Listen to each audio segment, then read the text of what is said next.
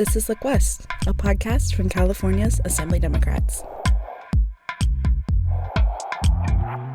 I state your name. I, Robert Rivas, Do solemnly swear do solemnly swear that I will support and defend The state capital is just a few hours from the Salinas Constitution of the County, United States. but in many ways they are worlds apart. In Sacramento, it's historic buildings, business suits, and power politics. In Salinas County, it's fields of lettuce and strawberries and very few ties and dress shoes. Hi, this is Boris Cardenas from Look West. Robert Rivas is the connection between those fields of produce and the world of politics. He grew up among the farm workers of Salinas, but now he's the Speaker of the California State Assembly. the duties upon which I'm about to enter. Congratulations.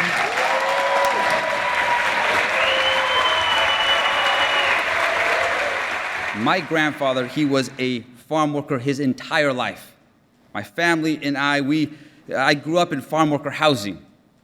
And today, I stand before you as Speaker of the California State Assembly. That is the California dream.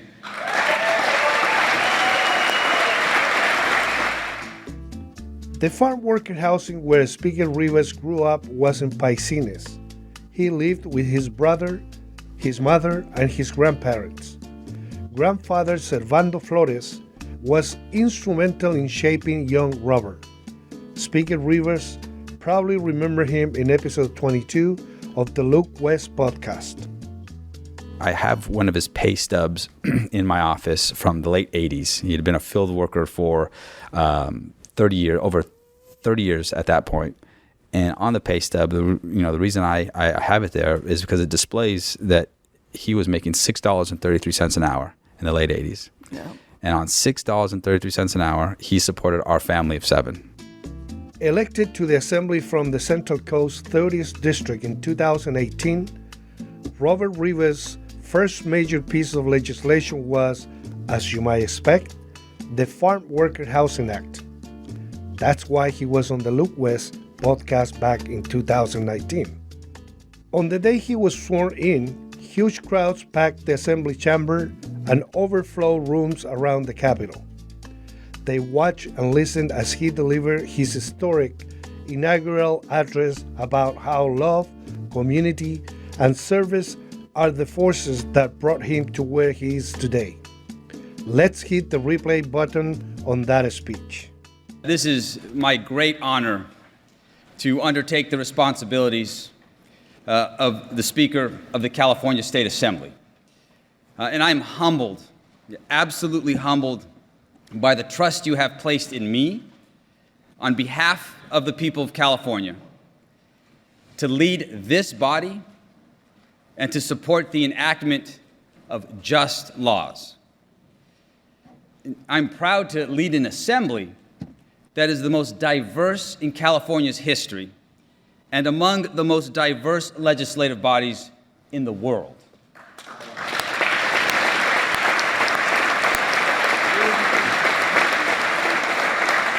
We have to always remember that our diversity is our collective heritage as Californians. Our diversity is what built this state. It is our greatest strength today, and it is the foundation of our future. And I can tell you that no one gets to this dais without a great deal of help. And I want to begin by expressing gratitude to all of you, to my colleagues. Since I arrived here in the Assembly, so many of you on both sides of the aisles, on both chambers, the Senate, the Assembly, you've lent me your advice, your encouragement, and I stand here with the greatest respect for the work each of you do every day. Thank you for serving California.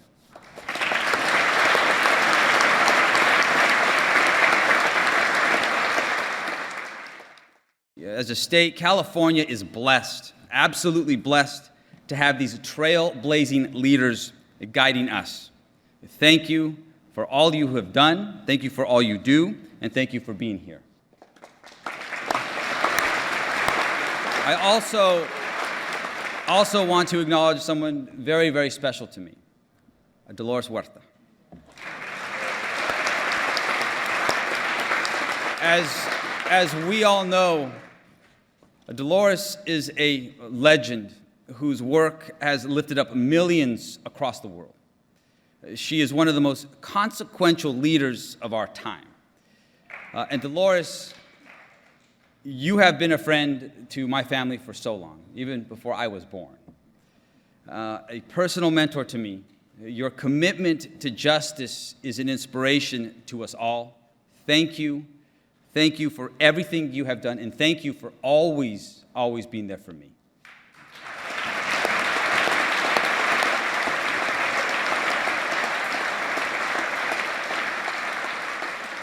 And as our Speaker Pro Tem Ward mentioned, we are joined this morning here in our assembly floor by many farm workers.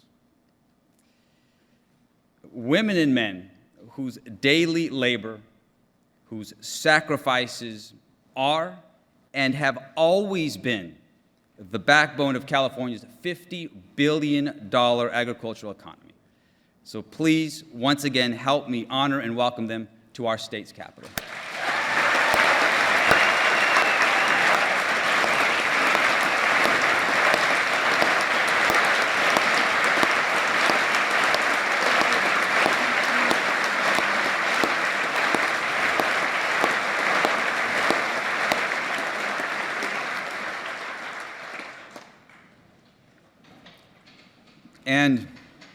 And it is with a full and grateful heart that I acknowledge two incredible women, my mom, Myra Flores, and my incredible 90-year-old grandmother who helped raise myself, my brother, all of my cousins, Rosana Flores.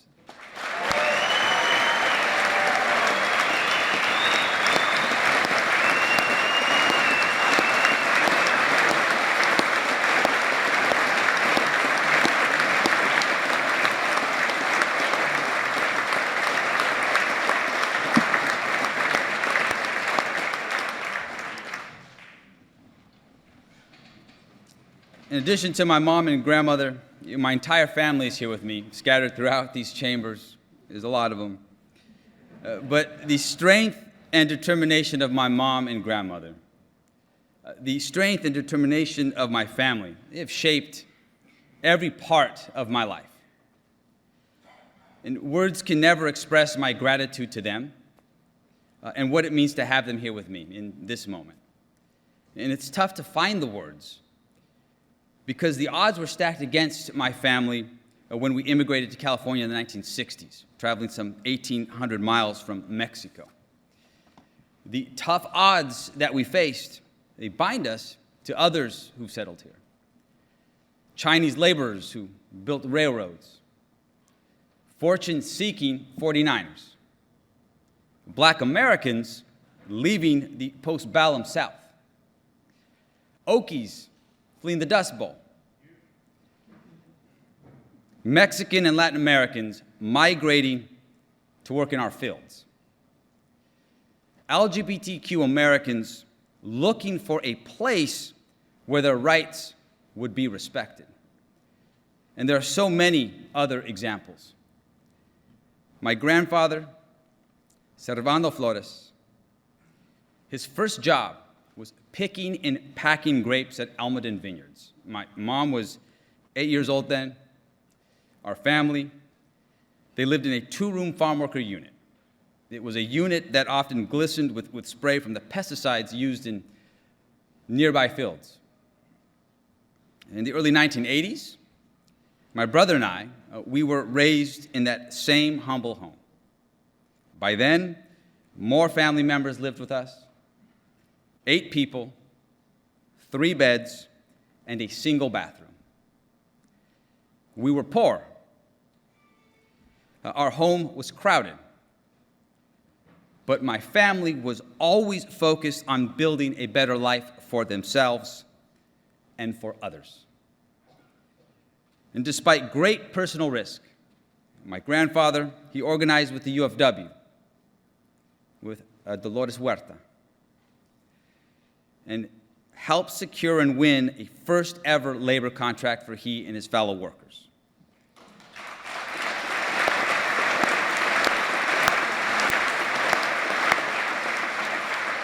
My great-grandmother and my grandma, they worked the night shift at a tomato cannery to keep food on our table. My mom, she was a secretary. That was before becoming a kindergarten teacher. And I remember she sold Mary Kay and Rainbow vacuum cleaners to make sure my brother and I had a chance at a better life. And in some ways, our lives, they were difficult. But I was raised in the spirit of service, elevated by a strong community, a community where people took care of each other, and I was surrounded by so much love. Love, community, and service. Those are the three forces that got me here to the state legislature.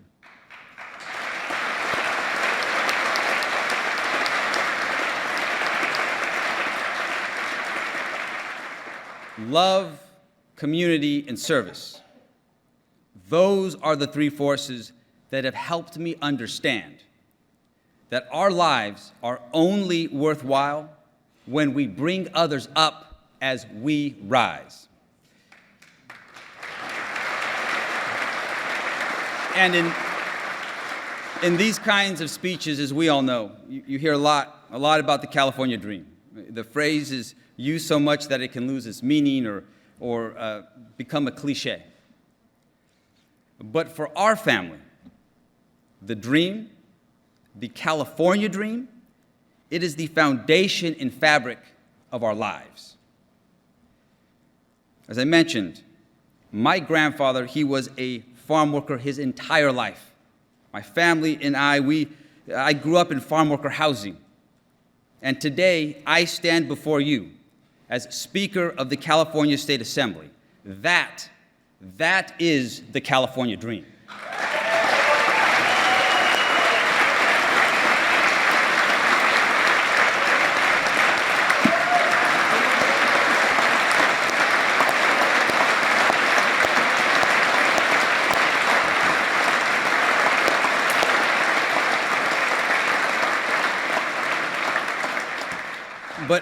But this trajectory, this trajectory was only possible for us because the California my grandparents immigrated to made it possible. The opportunities here at that time, they were greater than anywhere else. But to be candid, I often wonder, as many do, as many of our residents and constituents do, I wonder if our story would still be possible today. You see, in 1988, my grandparents, aunts, uncles, cousins pooled together their savings to buy a small house in the city of Hollister for $140,000. It was a massive, massive investment, but it was doable. The house was ours.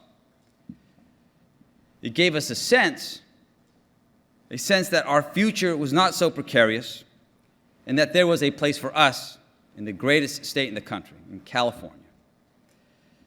But today, home ownership for anyone except the most affluent Californians is simply out of reach. Our state's average home price today, which recently dropped to just under $775,000. An entire generation of Californians will be locked out of home ownership if we do not do more. Education is another example. You know, as you all know, I started my life in very humble surroundings. But I went each day to public schools, schools that gave me a great education. After high school, I went to two of California's public universities in our CSU system. But today, many young Californians are asking if college is actually worth it. No surprise, given the astronomical cost of attending college. At every stage of life in California, from early schooling to getting a higher degree, to that crucial step of buying a first home. Success feels increasingly out of reach. And it's not just those with the lowest incomes who are struggling. For 3 years in a row, and for the first time in our state's history, the population of our state has declined. And it has declined at every income level. The most visible sign of our times, the encampments under our highways and on downtown streets.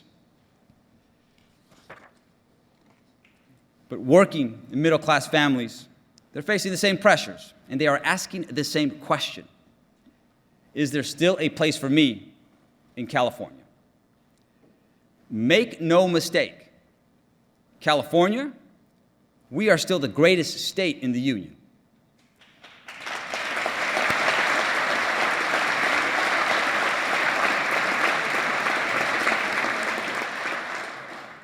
Incredible natural resources, creativity, innovation, diversity, energy, and a history of welcoming everyone who chooses to come here and work hard. Yes, California is the most populous state in the country. Yes, California is the fourth largest economy in the world. But if we, in this room, if we do not act and act with greater urgency, it will get more and more difficult to build a good life here. I feel, and I know that you all do too, a great sense of responsibility. Responsibility because we are the ones who can keep the door open for the next generation. We are responsible for protecting the building blocks of Californians' everyday lives, from the water we drink to the air we breathe, from children's schools to our public hospitals. It is on us.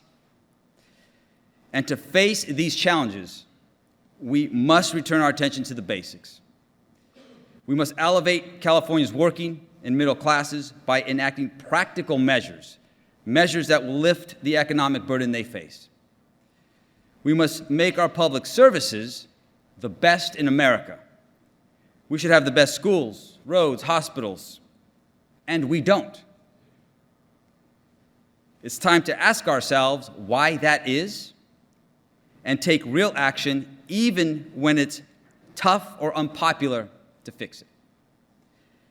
We must use every tool at our disposal to end homelessness because the inhumane conditions on our streets are completely unacceptable.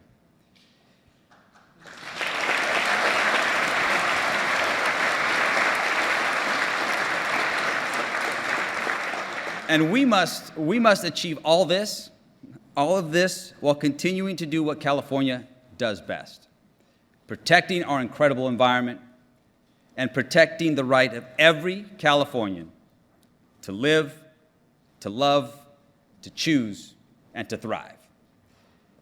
This will mean focusing less on how many bills we can pass and more on the impact we are having.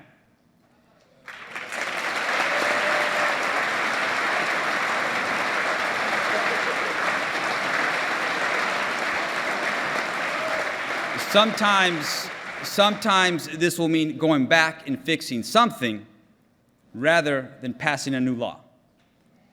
It may mean saying no to an interest group that has had our back in the past. It may mean reaching out to a colleague whose beliefs are different from our own. What's clear? We must work with urgency and unity. Unity that is backed by mutual trust and respect. And today, I pledge to you to do whatever I can to reinforce these values. This approach will allow us to make measurable progress on the most critical issues facing Californians, and it will show the rest of the country that progressive government works.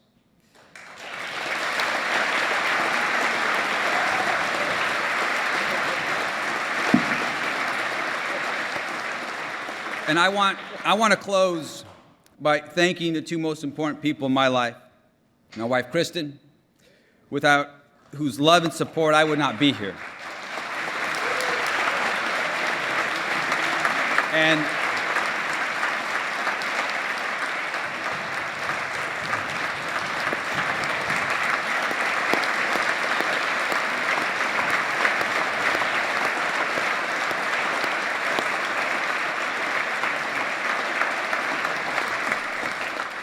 I don't know where she is, but also our precious daughter, Melina.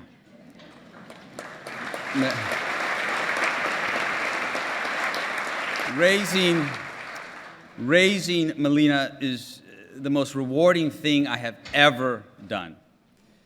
Being a father has given me a lot of perspective, and I know that every parent in this room knows exactly what I'm talking about. And I often think about Melina's life, her life in 30 years when she has a family of her own, her life in 50 years when her kids have gone to college, and in 70 years when she is looking back on a long and happy life. I want her to make that life here in California. And that means ensuring, as your speaker, that the California dream that elevated me, that has elevated so many of us, can elevate her and every member of her generation. That is our responsibility. That is our mission. And we will get it done, and we will get it done together. Thank you very, very much.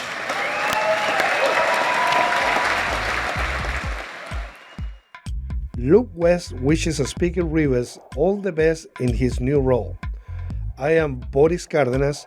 Thanks for listening to the Luke West podcast. Watch for a new episode on the third Thursday of every month.